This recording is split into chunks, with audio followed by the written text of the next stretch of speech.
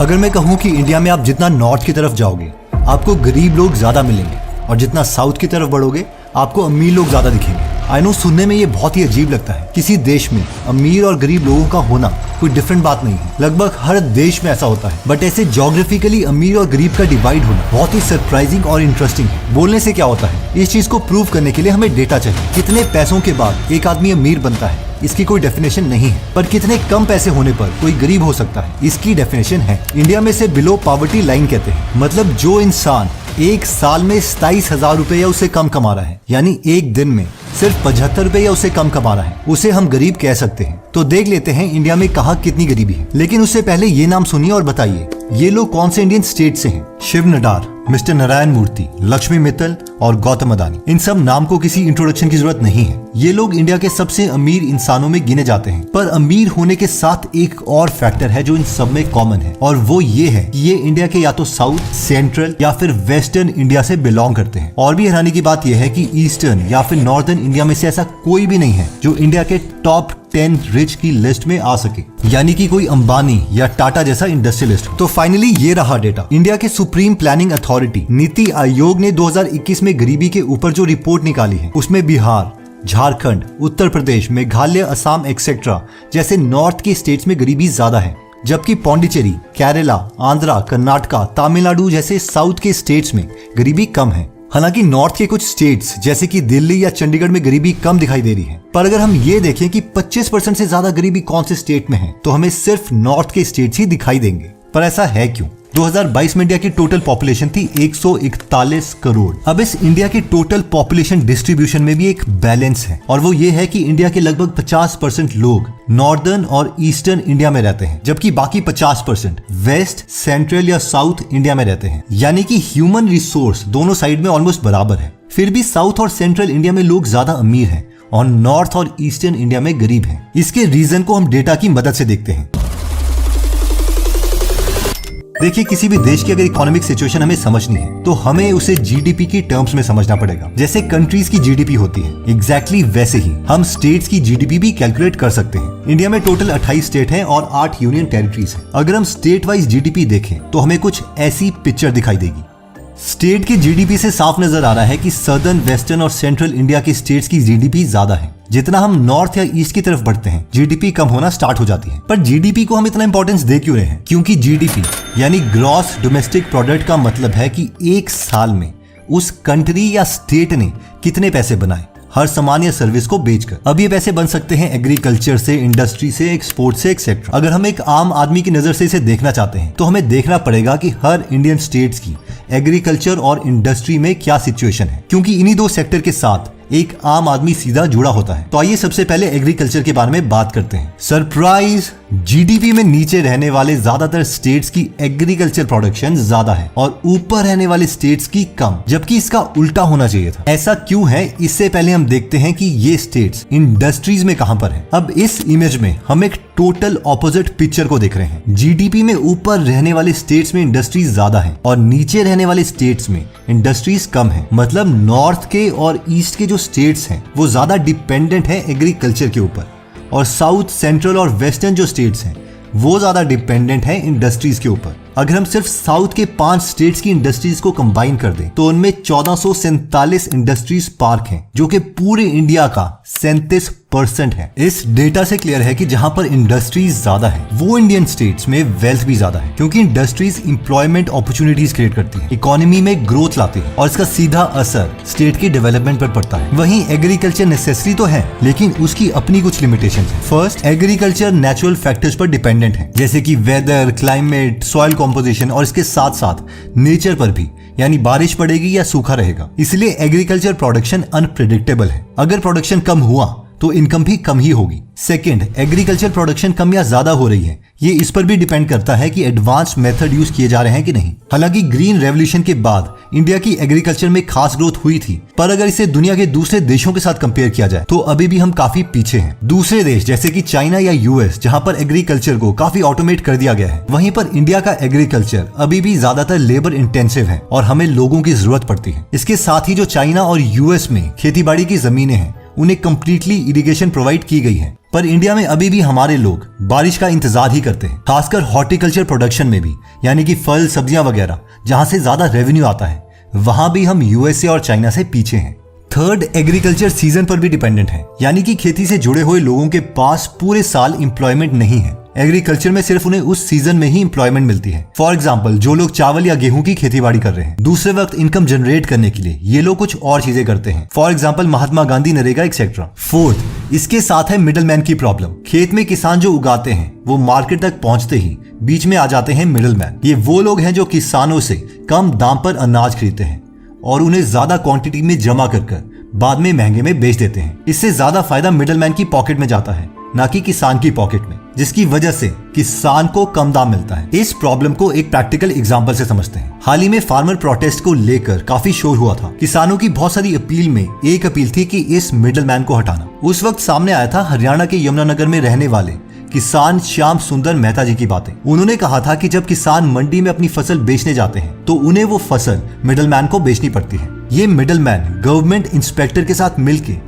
उनकी फसल को मिनिमम सपोर्ट प्राइस, यानी कि गवर्नमेंट की तय की गई दाम से भी बहुत कम प्राइस में खरीदता है। गवर्नमेंट इंस्पेक्टर गलत तरीके से फसल की क्वालिटी को खराब बताता है और इससे किसान अपनी फसल को कम दाम में बेचने के लिए तैयार हो जाता है। श्याम सुंदर मेहता जी ने कहा कि उनसे 35 रुपए किलो में खरीदा गया प्याज मिडलमैन फिर 100 रुपए किलो में आगे बेचता है। ये सिर्फ कुछ रीजंस हैं एग्रीकल्चर डिपेंडेंट स्टेट्स के पुअर होने के पीछे। इसके बाद हम ये भी देख सकते हैं कि एक स्टेट कितना अमीर है वो इस बात पर भी डिपेंड करता है कि उस स्टेट में रहने वाले लोगों का एजुकेशनल लेवल क्या है और वहाँ गवर्नमेंट की पॉलिसीज क्या है। रिसर्च बताती है कि अगर एवरेज स्कूलिंग ईयर, मतलब स्कूल में बिताया गया साल, अगर एक साल भी बढ़ता है तो 40 साल में जीडीपी 0.37% तक बढ़ सकती है। हायर एजुकेशन या फिर हाईली एजुकेटेड पॉपुलेशन को इकोनॉमिक ग्रोथ के लिए बहुत जरूरी माना जाता है, क्योंकि एजुकेटेड वर्कर मुश्किल काम जैसे कि साइंस, टेक्नोलॉजी एक्सेट्रा ज्यादा एफिशिएंटली कर सकता है और वो नई सोच और तरीकों की ज्यादा इज्जत भी करेगा। इवन कि अगर एक एजुकेटेड इंसान एग्रीकल्चर को भी करता है तो भी वो उसमें लेटेस्ट मेथड यूज करने की कोशिश करेगा। आइए डेटा देखते हैं कि एजुकेशन के मामले में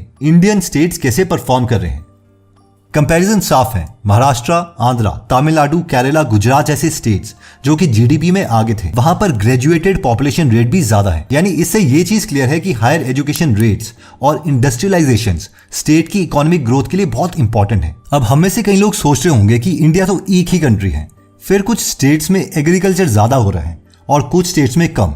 ऐसा क्यों है? इसके बारे में जानने के लिए हमें इंडिया की ज्योग्राफी को समझना पड़ेगा। इंडिया के नॉर्थ और नॉर्थ ईस्टर्न साइड में फैला हुआ है दुनिया का सबसे ऊंचे पहाड़ हिमालयन रेंज। हिमालयन रेंज एक दीवार की तरह एक्ट करते हैं। ये चाइना और तिब्बत की तरफ से आने वाली सूखी ठंड को रोकते हैं। इसीलिए उत्तर प्रदेश या वेस्ट बंगाल में उतनी ज्यादा ठंड नहीं पड़ती जितनी की लद्दाख या तिब्बत जैसी जगहों पर पड़ती है। वहीं दूसरी तरफ से ये वेस्ट और ईस्ट की तरफ से आने वाली गर्म हवा को चाइना और तिब्बत की तरफ जाने से रोकते हैं। इस वजह से ये गर्म गीली हवा नॉर्दर्न और ईस्टर्न स्टेट्स में बारिश करवाती है। इसके साथ हिमालय और ग्लेशियर से निकलने वाली नदियां ऑलमोस्ट पूरे साल भरी रहती हैं। पानी की कमी ना होने की वजह से ईस्टर्न और नॉर्दर्न स्टेट्स में जमीन ज्यादा फर्टाइल है और खेती बाड़ी ज्यादा होती है। वहीं अगर हम साउथ और सेंट्रल इंडियन स्टेट्स की बात करें तो वहां पर कम ऊंचाई वाले ईस्टर्न और वेस्टर्न घाट्स के हिल्स हैं। कम ऊंचाई की वजह से ये रेंजेस समुद्र की तरफ से आने वाली गीली हवा को ज्यादा रोक नहीं पाते और सिर्फ कोस्टल एरिया में ही हल्की बारिश करवा देते हैं। इसके साथ इन रेंजेस में ग्लेशियर्स भी नहीं है, तो सदर्न और सेंट्रल इंडिया की नदियों में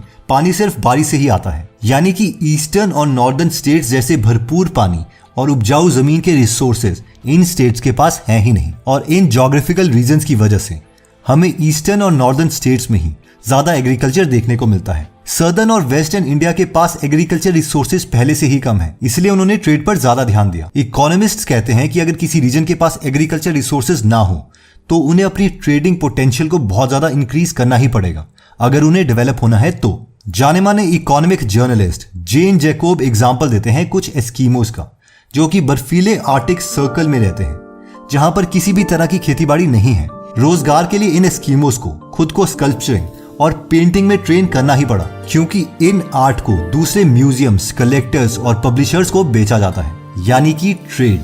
यहाँ पर हम जापान का भी एग्जाम्पल ले सकते हैं।